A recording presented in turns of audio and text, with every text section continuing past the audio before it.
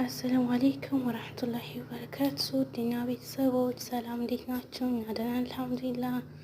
እናንተ እንዴት ናችሁ? ስራ፣ ጤና ሁሉ ሰላም? ያው ዛሬ ማለት ነው በጨለማ ስራ ቦታዬን ላሳያችሁ ነው።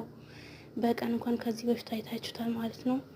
እና ድምጽ ያስገባው ነበር የቀረጽኩትኝ፣ ግን እንትን አላለኝም ማለት ነው። ጫጫታ ምናምን ስለነበረ ብዙም ደስ አላለኝም። ይረብሻል ብዬ ከቤት ከገባው በኋላ ማለት ነው ድምጽ እያስገባሁበት ያለሁትኝ በተረጋጋ ድምጽ በተረጋጋ መንፈስ ማለት ነው። እና ሀባይብ ያው ጀሙ ስትሸከሽከው በጨለማ ማለት ነው ይሄንን ይመስላል ያለንበት አካባቢ። በጣም ደስ ይላል፣ ታምራለች ማለት ነው።